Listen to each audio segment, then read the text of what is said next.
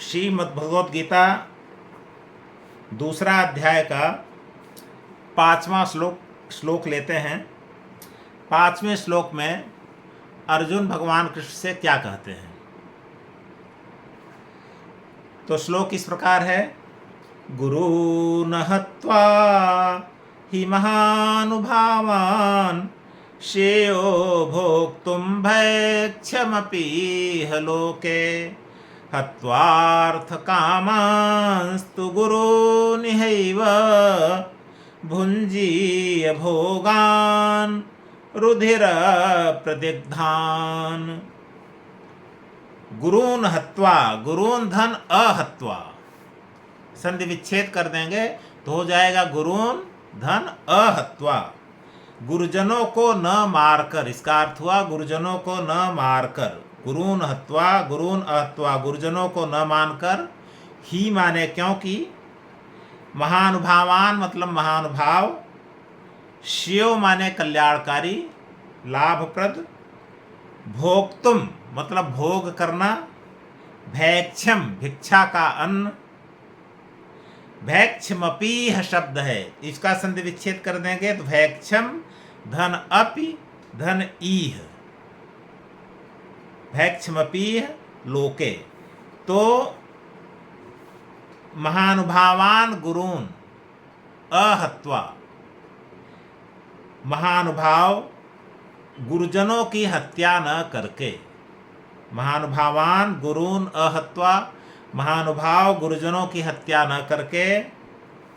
इह लोके, इस संसार में, अर्जुन कह रहे हैं कि महानुभाव गुरुजनों की हत्या न करके, इह लोके इस संसार में, भैक्षम भोक्तुम अपि, भैक्षम मतलब भिक्षा का अन्न, भैक्षम माने भिक्षा का अन्न, भोक्तुम मतलब खाने के लिए, खाना, अपि माने भी। तो गुरुजनों को, महान गुरुजनों को न मारकर इस संसार में भिक्षा का अन्न खाना भी, भैक्षम भोक्तुम अपि, भिक्षा का अन्न खाना भी, श्रेय मैं कल्याणकारी समझता हूँ।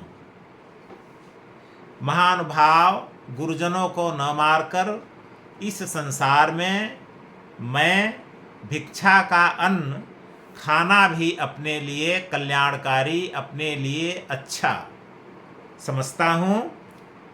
क्योंकि, ही माने क्योंकि, हत्वार्थ कामांस्तु गुरुनिहैव भुञ्जीय भोगान् रुधिर प्रतिग्धान।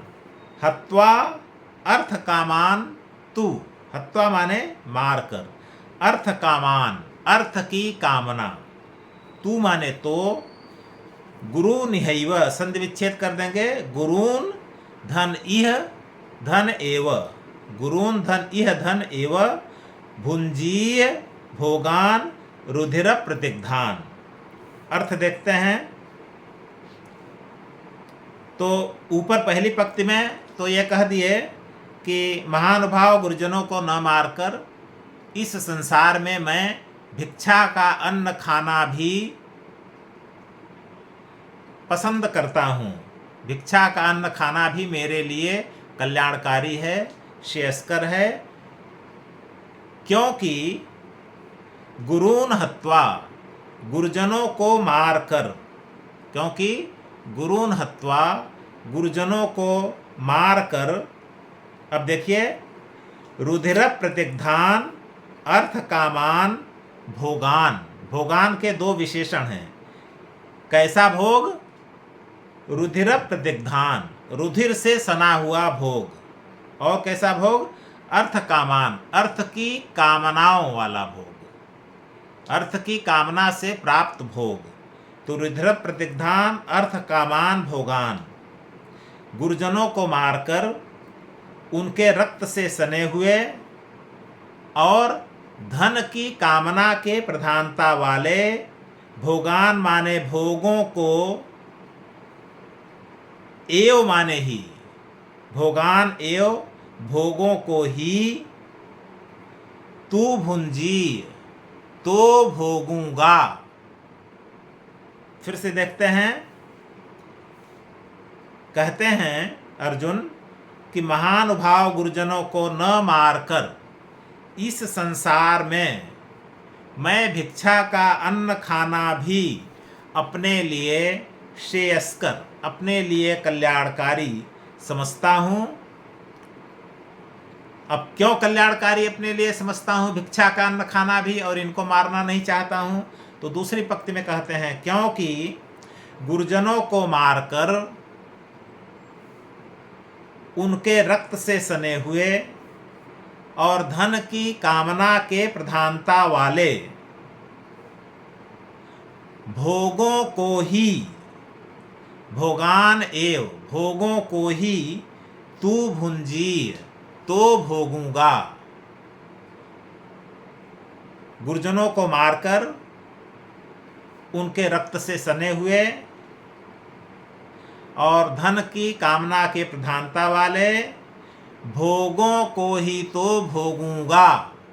इसका मतलब कि अर्जुन कह रहे हैं कि अगर मैं गुरुजनों को इस युद्ध में मारता हूँ, गुरु द्रोणाचार्य को मारता हूँ, पितामह भीष्म को मारता हूँ, तो इनके मारने के बाद हमको क्या मिलेगा? हमको यह राज्य मिलेगा, धन मिलेगा, ये धरती मिल जाएगी, सभी आमोद प्रमोद के विलासिता के साधन हमें मिल जाएंगे, हमारी इंद्रियों को आनंद देने वाले सारे पदार्थ मिल जाएंगे। लेकिन ये जो सारे भौतिक पदार्थ मिलेंगे हमारे इंद्रियों को सुख देने वाले, उनमें हमारे गुरुजनों का रक्त मिला होगा। क्यों? क्योंकि उनको मारने के, उनका रक्त बहाने के बाद ही ये हमको मिलेगा, और धन की कामना की प्रधानता होगी उसमें, क्योंकि इनको मारने के पीछे इन सारे भौतिक पदार्थों की कामना है। ये पूरा राज्य हमको मिल जाए, ये धरती हमको मिल जाए, सारा धन दौलत रुपया पैसा, घोड़े हाथी सोना चांदी सब कुछ हमको प्राप्त हो जाए और सबका भोग मैं करूं। तो ये अर्थ की कामना की इसमें प्रधानता है। तो अगर मैं इनको मारकर ये राज्य प्राप्त करता हूं तो ये राज्य निरापद नहीं है, बल्कि ये तो इनका रक्त इसमें मिला होगा, इनके रक्त को बहा करके हम ये प्राप्त करेंगे, और धन की कामना को लेकर के हम ये प्राप्त करेंगे। तो जो भौतिक पदार्थ में किसी का रक्त बहा करके मिले और धन की कामना से मिले, यानी धन की कामना से मैं किसी की हत्या कर दूं, तो ऐसा मैं नहीं कर सकता। अर्जुन के कहने का ये मतलब है। यहाँ पर यह है कि अर्जुन को वास्तव में अपना कर्तव्य दिखाई नहीं दे रहा है, ड्यूटी दिखाई नहीं दे रही है। जिसको वो कह रहे हैं कि हमारे गुरुजन हैं, वास्तव में वो उधर अधर्म का साथ दे रहे हैं। दुर्योधन अधर्मी है, धृतराष्ट्र अधर्मी है, और सब लोग उसका साथ दे रहे हैं। तो वास्तव में अर्जुन का कर्तव्य ये होता है कि ये देखना कि क्या उचित है, क्या अनुचित है, क्या धर्म है, क्या अधर्म है, और जो लोग भी धर्म के विरुद्ध हैं उनके विरुद्ध लड़ना ये कर्तव्य बनता है। लेकिन जब दोनों ओर की सेनाओं के मध्य में अर्जुन आए तो अर्जुन का यह विवेक विलुप्त हो गया, विवेक बुद्धि विलुप्त हो गई है, और अब उनको दरअसल शरीर दिखाई दे रहा है।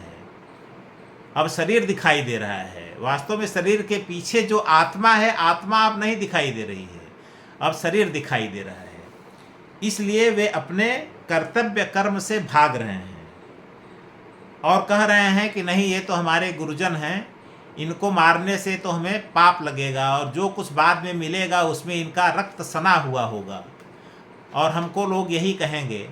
तो इस प्रकार से अर्जुन तर्क देते हुए अपने कर्तव्य से भागना चाहते हैं।